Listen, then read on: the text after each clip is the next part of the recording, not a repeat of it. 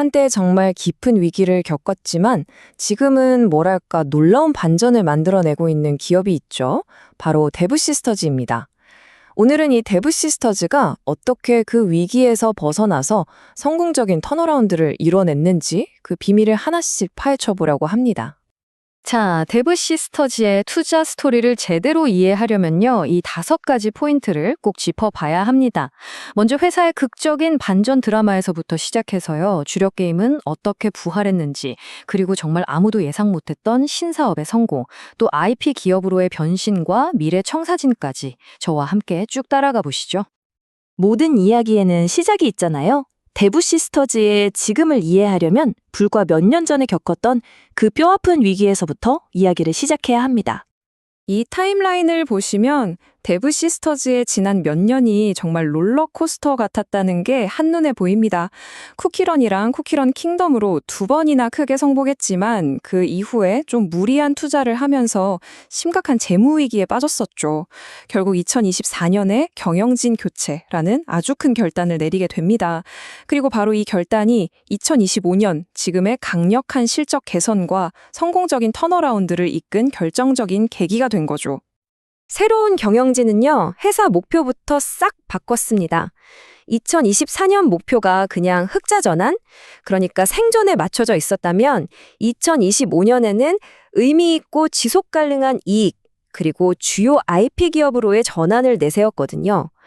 이게 그냥 단순히 적자만 면하겠다는 수준이 아니라 아예 회사의 체질을 완전히 바꾸겠다는 선언이나 마찬가지였던 겁니다. 자, 그렇다면 이 극적인 턴어라운드, 대체 어디서부터 시작된 걸까요? 그건 바로 데브시스터즈의 심장이라고 할 수 있는 쿠키런 킹덤의 화려한 부활이었습니다. 2025년 2분기 실적 한번 보실까요? 매출 920억 원에 영업이익이 101억 원. 와, 정말 인상적인 숫자죠. 특히 여기서 주목해야 할 점은요, 예년 같았으면 1분기 대규모 업데이트 효과가 빠지면서 실적이 꺾였을 텐데 이번엔 그렇지 않았다는 겁니다. 이건 뭐랄까 일시적인 반짝 효과가 아니라 성장이 앞으로도 계속될 수 있겠다는 아주 강력한 신호로 볼 수 있는 거죠. 이 엄청난 성장의 진원지가 어디냐? 바로 미국 시장입니다. 월간 활성 이용자 수, 그러니까 MAU를 보면 그 이유가 아주 명확해져요. 불과 1년 전만 해도 미국 MAU는 한국의 절반 수준이었는데 지금은 무려 2배로 뛰어 올랐습니다. 미국이 완전히 새로운 핵심 시장으로 자리 잡은 겁니다. 그리고 이 사용자 증가는요, 단연히 폭발적인 매출 성장으로 이어졌습니다. 지금 쿠키런 킹덤 전체 매출의 무려 80%가 미국에서 나오고 있어요. 한번 생각해 보세요. 이용자 수는 한국의 2배인데 매출은 전체의 80%를 차지한다? 이건 미국 유저 한 명 한 명의 구매력에 얼마나 막강한지를 보여주는 지표인 거죠. 아니, 왜 이렇게까지 차이가 나는 걸까요? 바로 결제 패턴 때문입니다. 한국 시장이 소수의 헤비 유저, 그러니까 고래 유저들에게 매출이 집중되는 구조라면요. 미국은 훨씬 더 넓은 유저층이 꾸준히 조금씩이라도 결제를 하는 그런 구조를 보이고 있어요. 투자자 입장에서 보면 이게 훨씬 더 안정적이고 건강한 매출 구조라고 할 수 있겠죠. 그만큼 앞으로 성장할 잠재력도 더 크다는 뜻이고요. 그런데 쿠키런 킹덤의 부활만으로는 이 놀라운 턴어라운드를 다 설명할 수가 없어요. 데브시스터즈의 실적을 뒤에서 확 끌어올린 숨은 공신이 하나 더 있거든요. 바로 아무도 예상치 못했던 트레이딩 카드 게임 TCG의 대성공입니다. 아니, 도대체 이 TCG 사업이 어느 정도 성과를 냈길래 이렇게까지 주목을 받는 걸까요? 바로 이 숫자입니다. 90억 원. 이게 뭐냐면요. 쿠키런 브레이버스 TCG가 미국에서 출시된 지 단 한 달 반 만에 올린 총 매출이에요. 게임이 아닌 다른 사업에서 그것도 정말 예상치도 못하게 터져나온 엄청난 규모의 신규 수익원인 셈이죠. 데브시스터즈는 약 10조에서 12조 원 규모로 추정되는 글로벌 TCG 시장, 그중에서도 가장 핵심적인 시장에 제대로 진출했습니다. 여기 슬라이드에서 보시는 것처럼 전체의 40에서 50%를 차지하는 바로 미국 시장이요. 가장 크고 돈이 되는 시장을 정확하게 공략한 거죠. 근데 이 TCG 사업이 더 매력적인 이유는요, 바로 놀라운 수익성 때문입니다. 미국 현지에서 생산하는 구조 덕분에 원가가 소비자 가격의 10%도 채 안 돼요.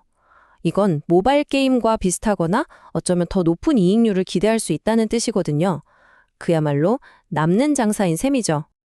데브 시스터즈는 이 초반의 성공을 그냥 단발성으로 끝내지 않고 아주 단단한 장기 사업으로 굳히기 위한 계획도 다 세워뒀습니다.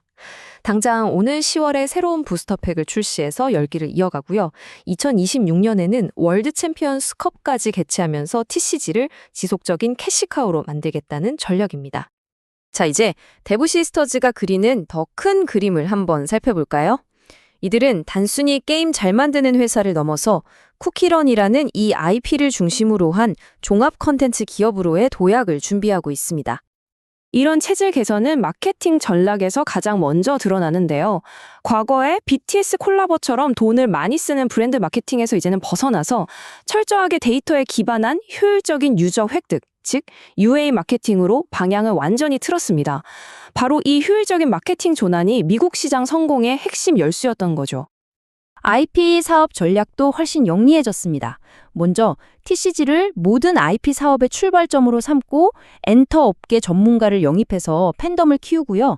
다음으로 굿즈 사업 같은 경우에도 재고 부담이 큰 방식 대신에 소량 생산해서 완판하는 모델로 수익성을 극대화하고 있습니다.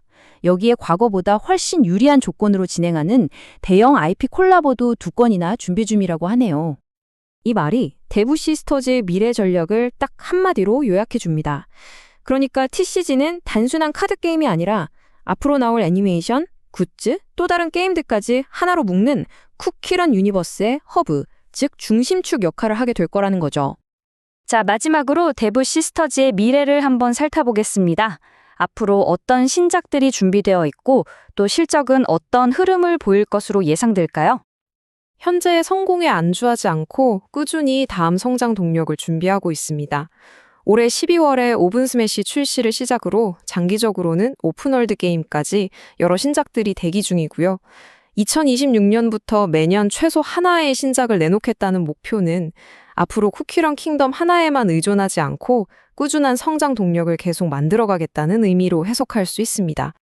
투자자라면 이 연간 실적 흐름을 꼭 기억해 두시는 게 좋습니다.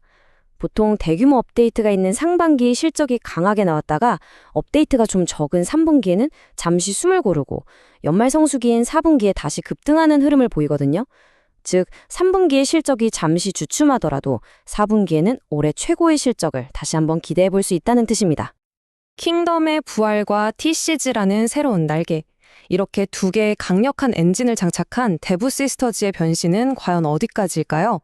단순한 게임사를 넘어서 IP 강자로 나아가는 이들의 잠재력을 이제는 정말 눈여겨볼 시점인 것 같습니다.